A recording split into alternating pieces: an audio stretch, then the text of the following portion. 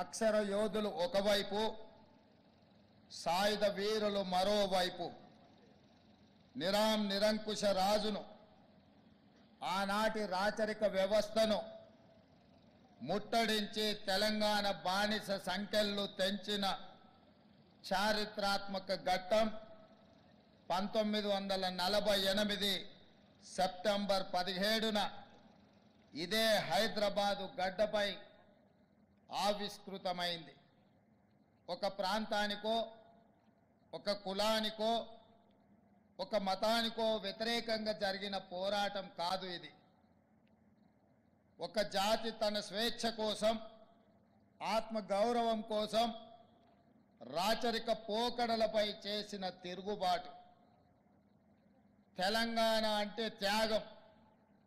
ఈ త్యాగాలకు ఆద్యుడు దొడ్డి కొమరయ్య లాంటి ఎంతోమంది వీరులు.